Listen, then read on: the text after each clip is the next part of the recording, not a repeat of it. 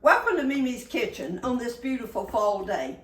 Y'all, I sound kind of croaky, but something's either blooming or dying. I don't know which. But anyway, it's affecting me. But other than that, the weather's beautiful and it's been just a beautiful day. Y'all, I can't even believe that we're talking about this, but did you know what? Thanksgiving is right around the corner. I mean, it is 2 weeks from Thursday, and it just gets here. It seems like the month of November comes in and then just all of a sudden it's Thanksgiving. So when we start thinking about Thanksgiving, we start thinking about all that wonderful food that we're going to have. And y'all, today, guess what? We are going to make pecan pie. I said it. Pecan pie. Now, I don't need to be corrected on the way I say that, y'all. That's the way I've said it all my life, and I guess I will till I die. So it's kind of a staple for Thanksgiving. I think anytime you go, that's one of the things you always expect to see on the buffet is pecan pie. Now, in Sunday Lunch at MeMe's on page 99, there is a recipe, and y'all, it is so easy and so delicious. So that's what we're going to make today. So we're going to get started right now. The first thing that we're going to do, and y'all, there are very few ingredients in this. We are going to slightly beat 3 eggs. You don't want to beat them to death. We just want to kind of beat them up just a little bit. So that is slightly beaten. So let's put that in our bowl. And then we're going to add to that 2/3 cup of sugar. Okay. Let's let these get acquainted with one another. Next thing we're going to do, we're going to melt this butter. Y'all, that's 1/3 of a cup. Don't you think they could have used a whole stick of butter? Oh my goodness. I'm just tempted. I may just throw in that other little piece. All right, y'all, we're going to get this kind of mixed up, get this stuff well acquainted. While that butter's melting, we're going to pour our dark Karo syrup, 1 cup. And y'all, it's very important to use the dark Karo. Now, I've got people that make it with the light Karo, but I'll just tell you, it's not as rich tasting as it is with the dark. So go ahead and use the showing the bottom. Yeah, Let's show. thank goodness I used the rest of that. I used this in a lot of stuff, so just barely that much left. I don't think we'll go able to use that, KK. All right, so we're going to mix these, get them acquainted. All right, let's see about our butter here. Ooh, it's all melted.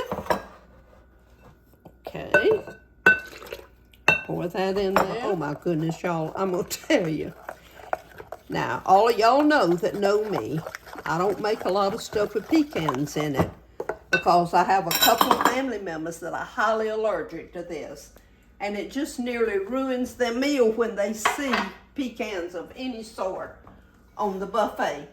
So we may have to hide this and serve it after they've gone. We'll see.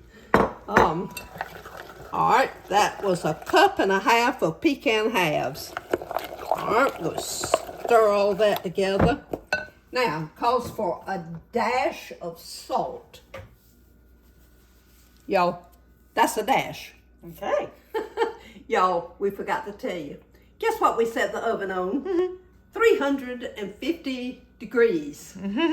Oh, we're so happy because for the last 2 weeks we didn't use the oven, y'all. All right, we have all of this in mixed up now and everything's well acquainted. Miss Marie Collender so graciously made our pie crust for us today. This is a deep dish pie crust. So we're going to pour our ingredients in there and sort it out. Spread those pecans out so they go kind of rise to the top anyway. Oh my goodness, y'all, that looks so good. Oh my, okay. Alrighty. Now, I am going to put this on a pan because I just like, because y'all, I've had so much disaster trying to take these things out because sometimes they fold up on you. We've had that experience several times. And sometimes we'll show you the bloopers and see where this stuff went all over the kitchen floor and all over the... All right, it's ready to go in the oven. 350 degrees, yay, yay. Put that on the bottom rack. All right, and now we're going to set our timer for 50 minutes. Now, I want to tell y'all a little secret about this pie. If you need to make several pies for Thanksgiving Day, this is ideal for that. If you double this recipe and you use just the regular pie crust, not the deep dish, just the regular one, it will make 3 pies. So how about that? So you could make them all, freeze them, have them for whenever. So it's just a time saver. But if you're having a big crowd, you may need 3 pecan pies. Everybody's gonna want some because, you know, we don't have that just as an ordinary thing during the year. I don't know why, because it's so good and everybody loves it.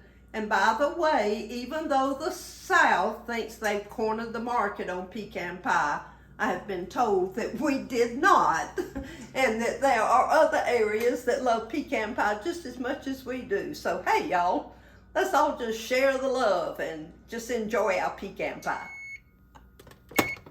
The magic sound. All right y'all, let's check this. Now, I've let it cook exactly 50 minutes. So let's take it out. KK, you see that? It doesn't jiggle. It doesn't jiggle. But it's bubbly. Oh, y'all, that is beautiful. I mean to tell you, you'd be proud to serve that. I would be. All right. Isn't that beautiful? Now, y'all, we can't cut it right away. We're just going to let it sit for a while, at least for an hour before we cut it. And so we'll be right back. Okay, y'all, this is cooled enough for us to cut it. Oh, y'all, it looks so good. Oh, my goodness. Look at that gooey goodness. Oh, my goodness. Heaven on a fork. All right, KK, here goes. Y'all, it's every bit as good as it looks. Yesterday at our church, we have what's called Generation Sunday. And that's where we try to involve almost all the generations of the church to doing something together, which was singing in the choir. Now, about 2 weeks ago, the little 3 to 5 year olds did their program, and y'all, they were so cute. And then yesterday we had the older children, the youth, and the adults to sing together. Well, anytime you involve children, you always get a little bit nervous because you don't know what they're going to do. They're waving to mama and grandmama and everything, which of course reminded me of a story. Before we moved here, we lived in a very small town. And our pastor's wife always sat on the very front row. And her youngest child was what we call rambunctious. And y'all, she tried to discipline them very quietly on the front row. You could see her patting them. And well, one Sunday, he just couldn't contain himself. And so she had tried her best to get him calmed down and couldn't. So she just picked him up and she started out the aisle of the church. Well, now, y'all, she had to walk all the way down the center aisle to the back of the church. Y'all, the minute she rounded the first corner, he hollered, "Help! Help! She's gonna kill me! Somebody help me!" Well, that just about finished the church service, I can tell you that much. We didn't get much out of the rest of that sermon, and so we laughed about that for a long time. Y'all, you never know what children go do in church. So all of us have had that experience, and so we just kind of forget about it, you know. We just understand and don't be too critical. So, oh, y'all, this weather is beautiful. God is so good to us. So I'm extra thankful all during the year, but especially now with Thanksgiving coming up, it just reminds us once again to check out and to be thankful for the things that we ordinarily don't think about thanking the Lord for. So y'all have a good rest of this week. We're going to be doing some special things now for Thanksgiving, so you'll be seeing some extra posts. I'll also post my Thanksgiving menu, so you'll tell what we'll be having here. And everybody just have a good rest of the week. And everybody remember, shine for Jesus.